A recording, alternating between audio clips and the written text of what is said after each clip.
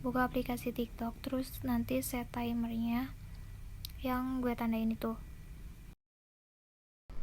Oke, kita set waktunya itu 3 detik, terus pindahin garis yang warna merah itu. Dan lakuin gerakan ini, tangannya itu di kepala gitu, terus ntar kayak gitu. Dan nanti kita set time-nya lagi, terus pindahin yang garis warna merahnya lagi. Kita lakuin gerakan yang lainnya, yang nantinya tuh bakalan kita sambungin sama video tadi, kayak gini.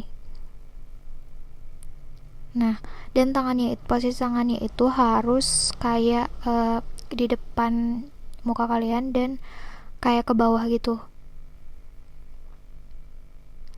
Lakuin gerakan yang kayak awal tadi. Oke. Dan yang gerakan kedua tadi.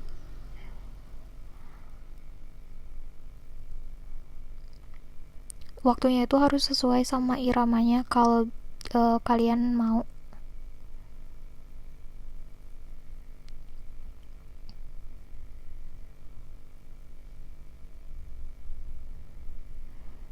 Oke, hasilnya tuh kayak gitu.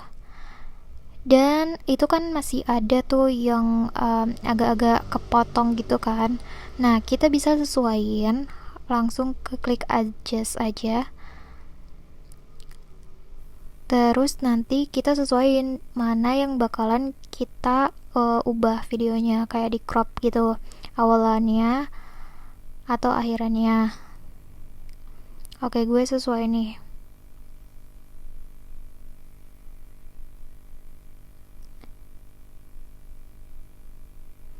Jadinya tuh hasilnya tuh lebih smooth gitu.